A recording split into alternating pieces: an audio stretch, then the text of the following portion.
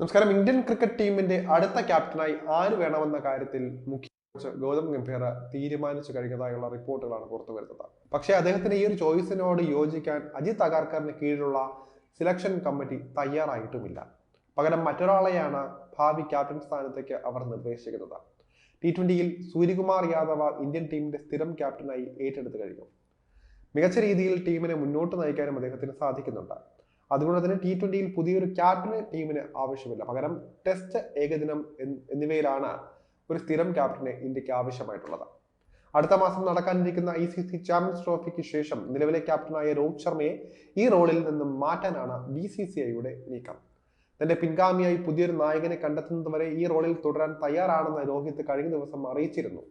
ഇന്ത്യയിലെ പ്രമുഖ സ്പോർട്സ് മാധ്യമങ്ങളുമെല്ലാം തന്നെ ഇക്കാര്യങ്ങൾ വ്യക്തമാക്കിയിട്ടുണ്ട്. ചാമ്പ്യൻസ് ട്രോഫി കഴിഞ്ഞാൽ രോഹിത് നായക സ്ഥാനത്തേക്ക് നിന്നും മാറുക മാത്രമല്ല, ഒരുപക്ഷെ അന്താരാഷ്ട്ര ക്രിക്കറ്റിൽ നിന്ന് പോലും വിരമിക്കുകയും ചെയ്യും. ജൂണിൽ നടക്കാനിരിക്കുന്ന ഇംഗ്ലണ്ടുമായുള്ള ടെസ്റ്റ് പരമ്പരയിൽ അദ്ദേഹം കളിക്കാൻ സാധ്യത തീരെ കുറവാണ്. സമീപകാലത്തെ വളരെ മോശം ഫോമാണ് ഇതിന് കാരണമായിട്ടുള്ളത്. ഇവയെല്ലാം കണക്കിലെടുത്ത ടെസ്റ്റ്, ഏകദിനം എന്നിവ കൂടി മതിയാക്കാനായിരിക്കും രോഹിത്തിന്റെ പ്ലാൻ. T20യിൽ നിന്നും അദ്ദേഹം കഴിഞ്ഞ വർഷം തന്നെ വിരമിക്കൽ പ്രഖ്യാപിച്ചതാണ്. അതായത് ICC T20 വേൾഡ് കപ്പിന് പിന്നാലെയായിരുന്നു വിരമിക്കൽ പ്രഖ്യാപനം.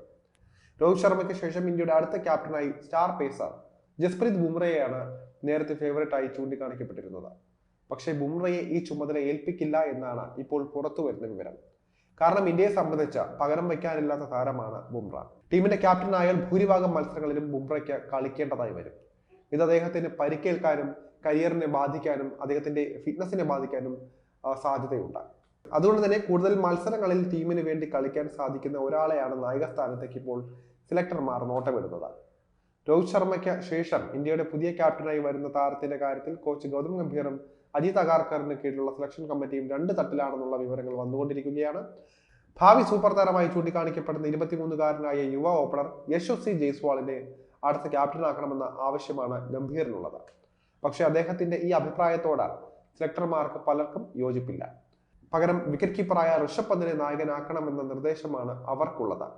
ടെസ്റ്റ് ക്രിക്കറ്റിൽ ടീമിന്റെ തുറുപ്പ് ചീട്ടാണ് ഋഷഭെങ്കിലും മറ്റ് ഫോർമാറ്റുകളിലെ പ്രകടനം അത്ര മികച്ചതല്ല.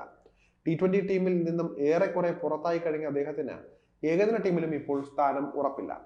എന്നാൽ 2023 മാത്രം അന്താരാഷ്ട്ര ക്രിക്കറ്റിൽ ഇറങ്ങിയേറിയ ജയ്സ്വാളിന് നായകൻ എന്ന നിലയിൽ അനുഭവ സമ്പത്തില്ല എന്നത് ഒരു പോരായ്മ തന്നെയാണ്. അതുകൊണ്ട് തന്നെ ധൃതി പിടിച്ച അദ്ദേഹത്തെ ഇന്ത്യയുടെ നേതൃനിരയിലേക്ക് കൊണ്ടുവരുന്നതിനോട് പലർക്കും യോജിപ്പില്ല. അതുകൊണ്ട് തന്നെ രോഹിത്തിന് ശേഷം താൽക്കാലികമായി ടെസ്റ്റ്, ഏകദിന ടീമുകളുടെ ക്യാപ്റ്റനായി ബുംറയെ നിയമിക്കുക എന്നതായിരിക്കും സെലക്ടർമാരുടെ പ്ലാൻ. ഗംഭീറിന്റെ താല്പര്യം പരിഗണിച്ച ജയ്സ്വാളിനെ വൈസ് ക്യാപ്റ്റനായി നിയമിച്ചേക്കുകയും ചെയ്യും.